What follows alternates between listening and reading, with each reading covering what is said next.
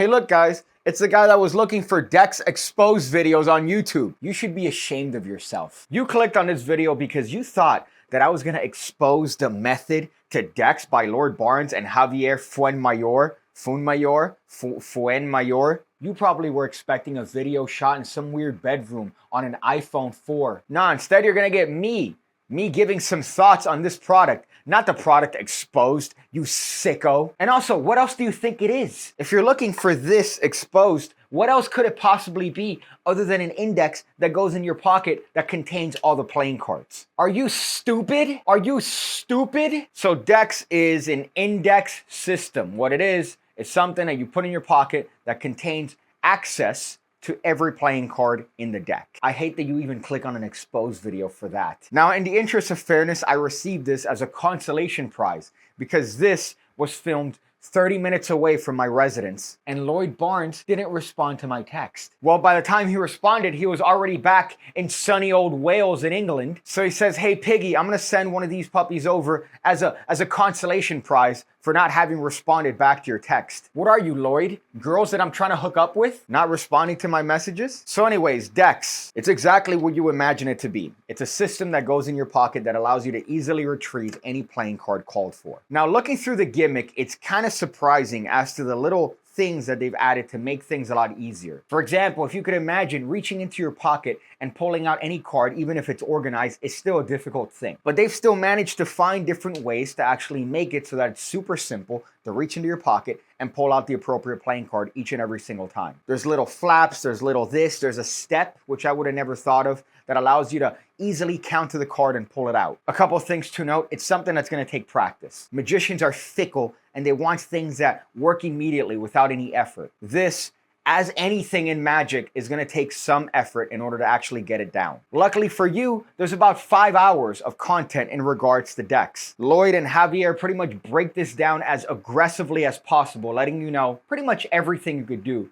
with this thing. Now, traditionally, when it comes to index systems, you have to split it in two pockets because you have red and you have black. Some people might argue that this is the better way of doing it. I disagree. I think in terms of pocket management, this going in one pocket really saves you a lot. Think of it practically. So now you're supposed to divide the deck between two pockets. Where are you gonna put your other deck, huh? You're gonna have a little satchel, a little fanny pack that you have all your little things in? No, you want to have it in your pocket. So if you have one pocket dedicated to decks, you could have your other pockets free for other things. So in terms of pocket management, it's the way that you want to do it. And it's also the way that you're going to most likely perform this because it's just easy. You put it in your pocket and you're good to go. Now, they haven't shown the gimmick, which is why I don't want to show it to you guys, although technically you would need to buy it because you can't just make this. This is a very custom designed gimmick that would probably be the biggest pain in the butt to create. But the gimmick holds adequately an entire deck of playing cards, and you could put it in tight pants, which is another feature that I think is very interesting because of the tapered design. Now, I have it in my sweatpants pocket, and let's say a participant happens to ask for something like, I don't know, the 7 of hearts.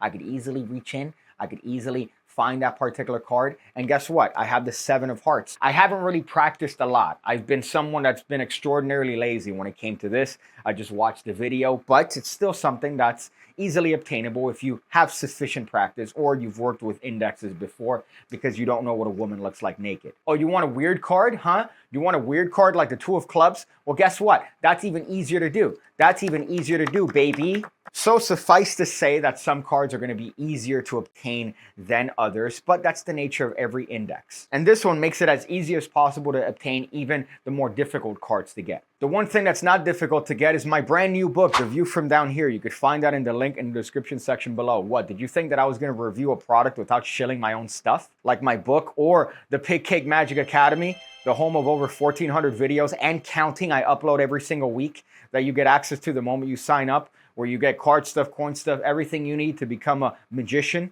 Well, the best magician. Anyways, what you're getting with Dex is an index. You're getting 5 hours of tutelage from 2 fantastic world-class magicians that go over pretty much everything that you need in order to get this off the ball and rolling. Off the ball and rolling. What?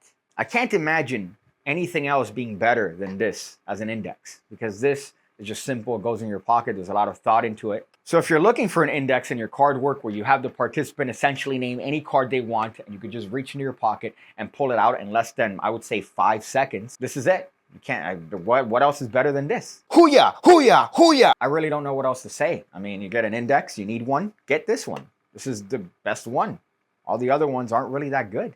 Some advice at the end of the video. I always like to give advice randomly based on things that I have in my environment, maybe things that I could use to improv. And this time I'm having a hard time because I've pretty much gone over everything that's in my nearby vicinity. I think I talked about lighters, I talked about knives before, I talked about watches, I talked about my tattoos. That's another one. I've used this joke actually a couple times in my trip to Orlando. This says the same tattoo. So it's a nice little bit of an icebreaker because what happens is somebody's going to inevitably talk about their tattoo. And it's like, oh, this forest represents my father and how he left my life. And you go, oh, that's insane because I have the same tattoo. And they go, what? You go, yeah, right here. Look, the same tattoo. And then they go, oh my God, that's so funny. Oh yeah, oh yeah, oh yeah. And before you know it, pregnant. I see you again, when I see you again, when I see you again, when I see you again, when I see you again, when I see you again, when I see you again, when I see